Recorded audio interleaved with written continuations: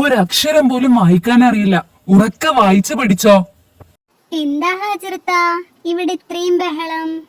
എന്റെ ഫാത്തിമ, ഒന്നും പറയണ്ട. മദ്രസ കിതാബിൽ ഒരു അക്ഷരം വായിക്കാൻ കിട്ടുന്നില്ല എന്റെ മോന്. എന്റെ കഴിവിന്റെ പരമാവധി ഞാൻ നോക്കി. ഇനി എനിക്ക് വയ്യ. ആഹാ, ഇതായിരുന്നു കാര്യം. നിങ്ങൾക്കറിയായിരുന്നില്ലേ എന്റെ മോളുടെ അവസ്ഥ?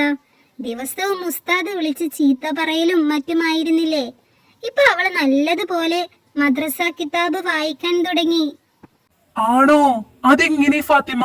അത് നവാവിൻ എക്സലൻസി സെന്ററിൽ മലൈബാരി എന്ന് പറയുന്ന അറബി മലയാളം പഠിപ്പിക്കുന്ന ഒരു കോഴ്സ് ഉണ്ട്, ഓൺലൈനായിട്ട്. ഓ, ഓൺലൈൻ ആയിട്ടാണോ? അതിലൊന്നും ഇവനിരിക്കില്ലെന്നേ.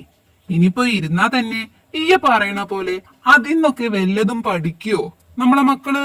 ഹാജറത്ത, നിങ്ങൾ കരുതുന്നത് പോലെയല്ല ഈ ഓൺലൈൻ ക്ലാസ്. ഇവിടെ മക്കൾക്ക് ഇഷ്ടപ്പെടുന്ന രീതിയിൽ ചിത്രങ്ങളും കഥകളെല്ലാം കാണിച്ചാ പഠിപ്പിക്കുക.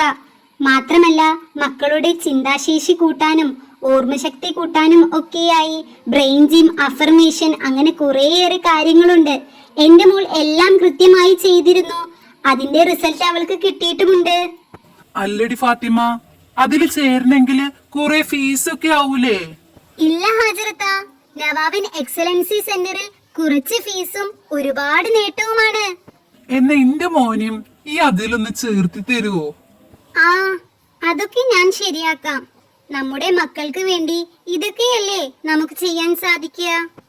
മദ്രസ കിതാബുകൾ വായിക്കാനും എഴുതാനും കഴിയാതെ പ്രയാസപ്പെടുന്ന മക്കളുണ്ടോ നിങ്ങൾക്ക്? എങ്കിൽ നിങ്ങൾക്കും നവാവിൻ എക്സലൻസി സെന്ററിൽ മലൈബാരി കോഴ്സിൽ അഡ്മിഷൻ എടുക്കാം.